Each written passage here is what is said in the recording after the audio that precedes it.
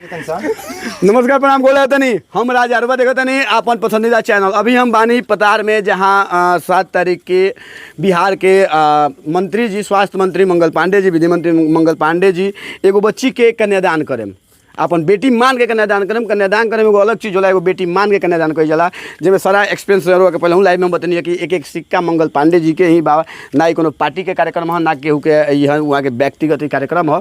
ओमें हमने के साथ बने कुंदन भैया बानी, भाजपा ने तही बने, मंडल अध्यक्ष सुभाष भैया बानी।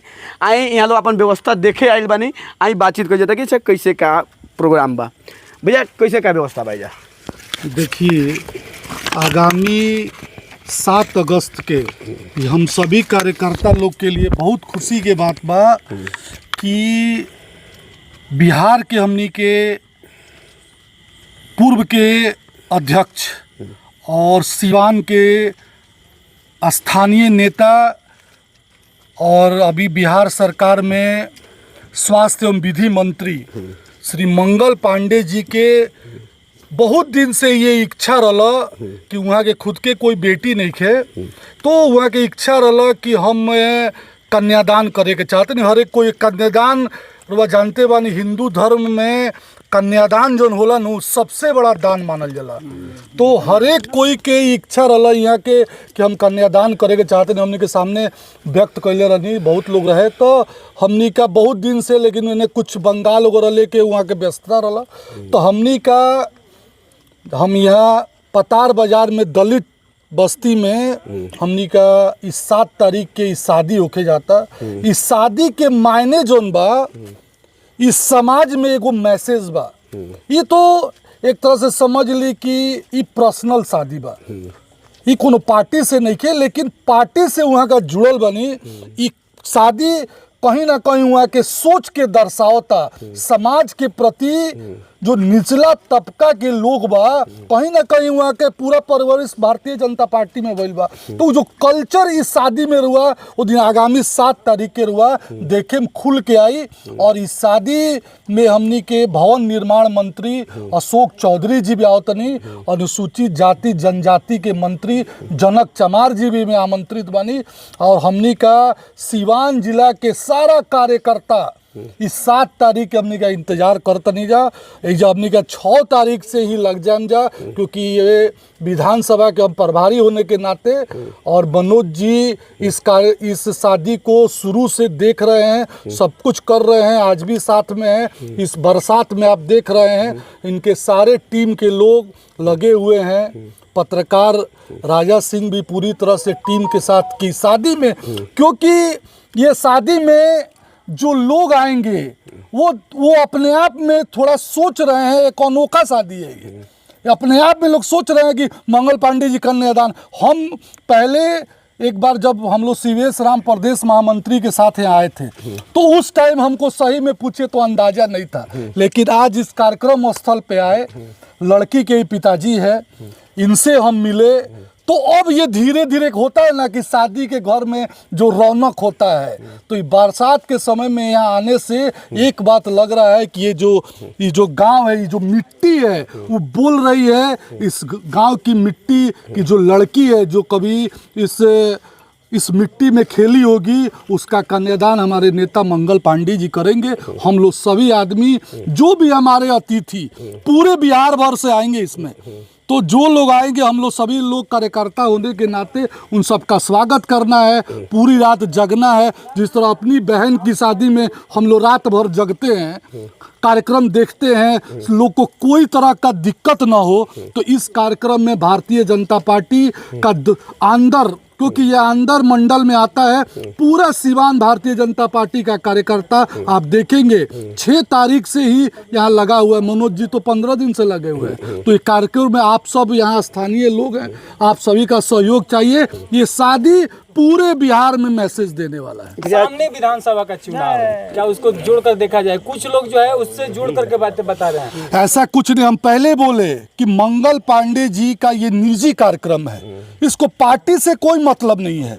मंगल पांडे जी को खुद की लड़की नहीं है, और मंगल पांडे जी आप देखते होंगे कि 2-3 भाई रहते हैं, अगर किसी भाई का लड़की नहीं है तो अपने बड़े भाई छोटे भाई की लड़की का कन्यादान करते हैं। तो कन्यादान को आप राजनीति से क्यों जोड़ रहे हैं? ये राजनीतिक मायने इसके है ही नहीं।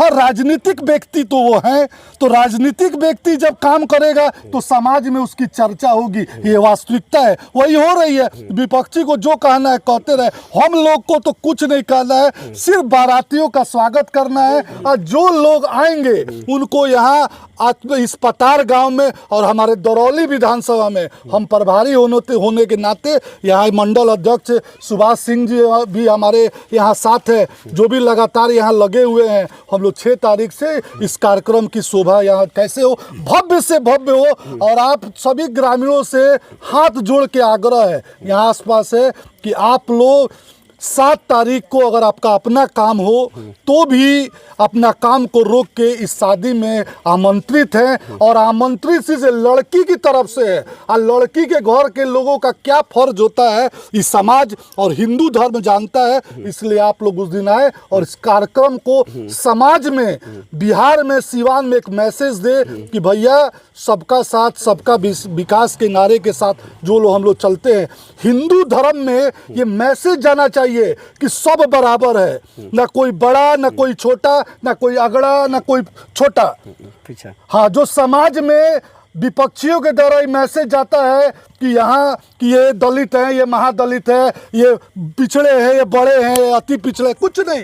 हिंदू धर्म में सब बराबर है। आप उस दिन देखेंगे सारे धर्म, सारे हिंदू धर्म के सभी जातियों के लोग यहाँ आएंगे और एक साथ बैठ के पंगत में खाना खाएंगे। तो ये समाज में ये शादी बहुत मैसेज देगी। इसीलिए हम अग्रिम सबको कहते हैं कि आप लोग इस शादी में आके आमंत्रित है और हम लोग का सहयोग करके इस शादी को सफल बनाए।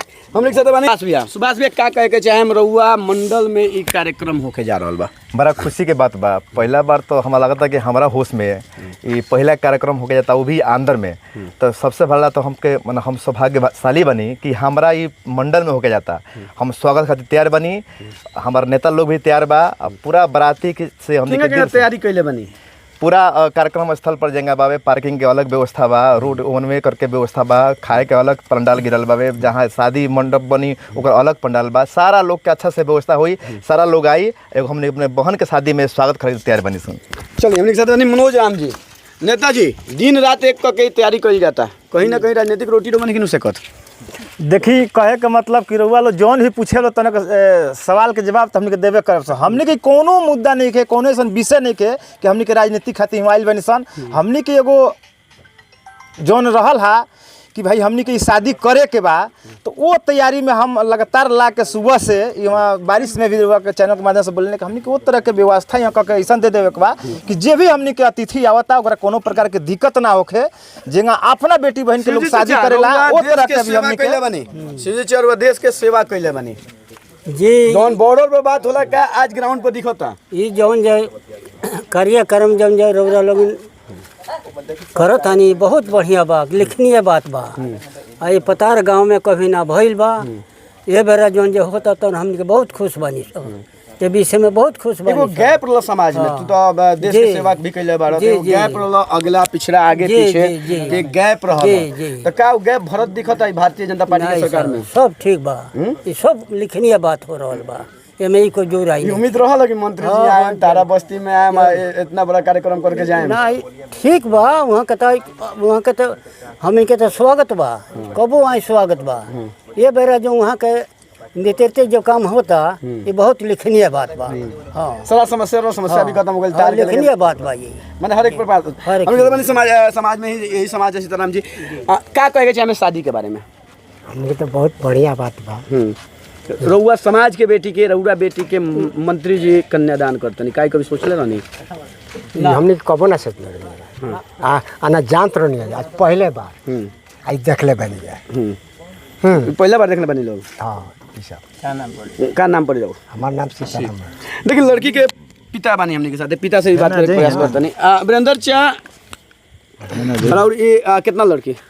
4 ये दूगो तो शायद एगो शादी के बनी नु, दूगो के रउआ सोचला नहीं कि मंत्री जी रउआ बेटी के अपन बेटी मान के कन्यादान करें?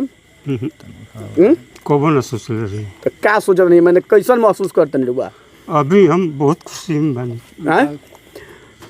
मैं बहुत खुशी में बनी। मंत्री जी क्या व्यवस्था कैले बनी रुआ के?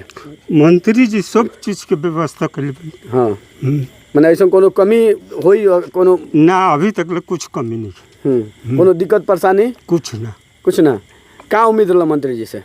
मंत्री जी के हमने के तो सोचो में ना रहनी है जा कि ये तरीके के हमरा लड़की के शादी हुई। बाकी हम ये सुन के बहुत खुशी में बनी। आई हम रोत नहीं की खुशी के आंसू। अच्छा खुशी के आंसू? हाँ रोत नहीं रुआ खुशी सोचले रहनी उससे बढ़ के होता है ये खुशी के आंसू। एगो समाज में जौन खाई रहला दूरी रहला बड़ छोट अगला पिछला का भरत दिखता? ई कोनो बड़ छोट के कोनो एथी नहीं है एकदम बराबर बा। ई मैंने समझ में आ गया कि सब बराबर बा। चलिए देखिए अभी रुआ देखनी लड़की जी के जो पिताजी बानी भावुक बानी नेचुरल बा। समाज में लड़की के शादी के लेके पिता लोग भावुक होला लेकिन ये खुशी के आंसू बा। बस अंत में रुआ से हम इतने कहे के चाहतनी कि देखी पतार के जोन धरती बा ई पतार के धरती एगो बगल में रामजीत बाबा जी बानी ओकरा नाम से ई धरती प्रसिद्ध बा। बहुत दूर दूर के लोग अभी पिछले 4 दिन पहले नागपंचमी के दिन जो लाखों लोग आए रहा। तो इस शादी में रुआ चैनल के माध्यम से हम रामजीत बाबा से भी आशीर्वाद मांगतनी कि जौन सोच और जौन इच्छा के लेके इस शादी जो होता वहाँ के आशीर्वाद पर मिले क्योंकि वहाँ का बहुत बड़ा संत मानी पूरा इलाका में बहुत दूर दूर हम जब रामजीत बाबा के चर्चा करनी है तो हमरा बहुत कुछ सुने के मिलल। तो ऐसे रामजीत बाबा के भी इस शादी में आशीर्वाद मिले ये इच्छा हम करतनी रामजीत बाबा से। धन्यवाद जी। क्या कहे के चाहे हम एक कार्यक्रम के लेके? देखिए बहुत खुशी के बात बा कि हमनी के यहाँ बिहार सरकार के स्वास्थ्य एवं विधि मंत्री हम सबके गार्जियन सिवान के लाल यहाँ के नेता जी ने जो चुना है कि यह शादी इसके लिए हम लोग पूरे पतार बाज़ार के लोग से पूरे पतार के लोग एकदम मतलब गदगद है। पूरा लोग अपना आभार व्यक्त कर रहे हैं। तो उन साथे साथे हम लोग भी लगे हैं जिस तरह से कि भाई ये कार्यक्रम इतना भव्य बन जाए कि बिहार में ऐसा कोई कार्यक्रम नहीं हुआ हो, एक मिसाल बने पतार बाज़ार। चलिए सौभाग्यशाली मैच बॉक्स के टीम भी आ, सौभाग्यशाली हम भी बानी, सौभाग्यशाली मैच बॉक्स के टीम भी आ, सौभाग्यशाली हम भी बानी कि हमारा होश में माननीय मंत्री जी आके कम से कम हमारा समाज हमारा घर के एगो बेटी के कन्यादान कैनी, हमारा पंचायत के एगो बेटी के कन्यादान देतानी आ यही पंचायत के एगो बेटा वहाँ के दामाद बनता रहन। तो कहीं ना कहीं ये बहुत बड़ा बात बा। बना रही मैच बॉक्स के साथे देखते रही मैच बॉक्स आ भुलाए मत 7 तारीख के पल पल लाइव रही मैच बॉक्स। दिन कोनो खबर ना चलाई बिल्कुल लाइव वीडियो चलाई। जितना दिन मंत्री जी रहे जितना देर फोन चार्ज रही सन उतना देर लाइव वीडियो चली पतार से। अगर कहीं बाहर बानी विदेश बानी खाली देश में बानी तो जुड़े से मत बोले हम लगातार जुड़े हम मैच बॉक्स के साथ और लगातार देखते रहे मैच बॉक्स।